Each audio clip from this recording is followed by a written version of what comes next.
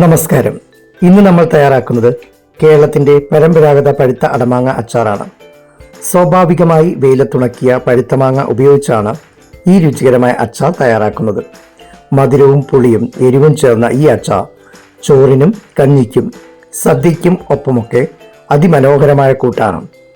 ദിവസങ്ങൾ കഴിയുന്തോറും ഇതിൻ്റെ രുചി കൂടുതൽ വർദ്ധിക്കും.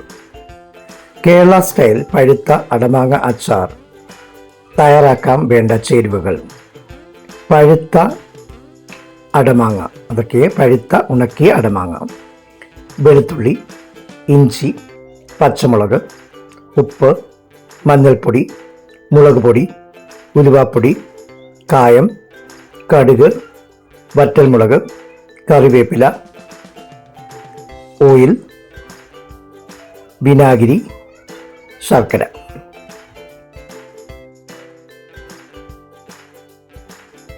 ഇനിയും തയ്യാറാക്കുന്ന വിധം: ഒരു പാൻ എടുത്ത് അതിലേക്ക് കുറച്ച് എണ്ണ ആഡ് ചെയ്യുക. അതിലേക്ക് 1/4 ടേബിൾ സ്പൂൺ കടുക് ചേർക്കുക. അതിലേക്ക് 1-2 വറ്റൽമുളക് ഇടുക. അതിലേക്ക് എടുത്തു വച്ചിരിക്കുന്ന വെളുത്തുള്ളി ആഡ് ചെയ്ത് നന്നായി ഇളക്കുക.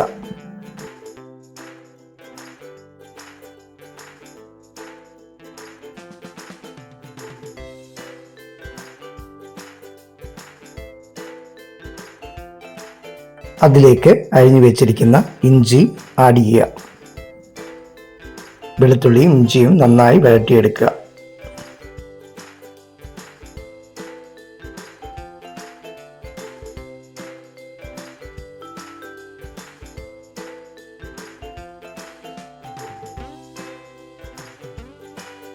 അതിലേക്ക് അരിഞ്ഞു വെച്ചിരിക്കുന്ന പച്ചമുളക് ആഡ് ചെയ്തിട്ട് നന്നായി വഴറ്റുക.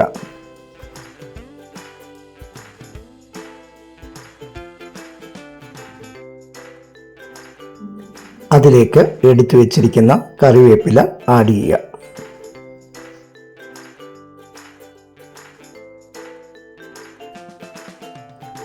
തീ കുറച്ചതിന് ശേഷം അതിലേക്ക് 2 ടേബിൾ സ്പൂൺ മുളക് പൊടി ആഡ് ചെയ്യുക.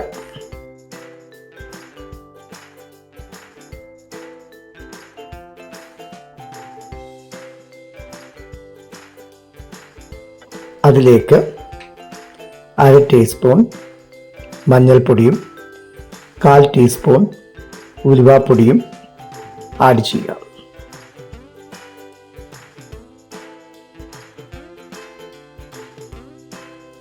അതിലേക്ക് കുറച്ച് കായപ്പൊടി ചേർത്ത് നന്നായി ഇളക്കുക.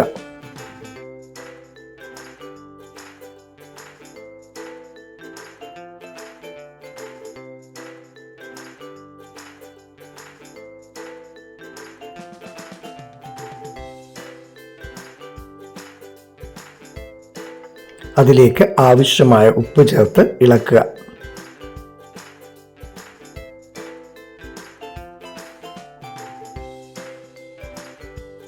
അതിലേക്ക് 2 ടീസ്പൂൺ വിനാഗിരി ചേർത്ത് നന്നായി ഇളക്കുക.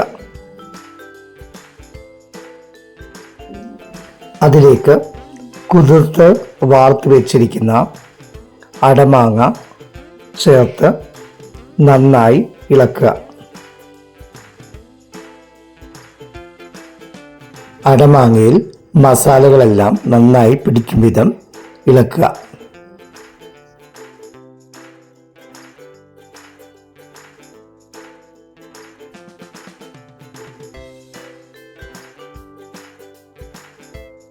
ഇപ്പോൾ നമ്മളുടെ പഴുത്ത അടമാങ്ങ പിക്കിൾ തയ്യാറായി.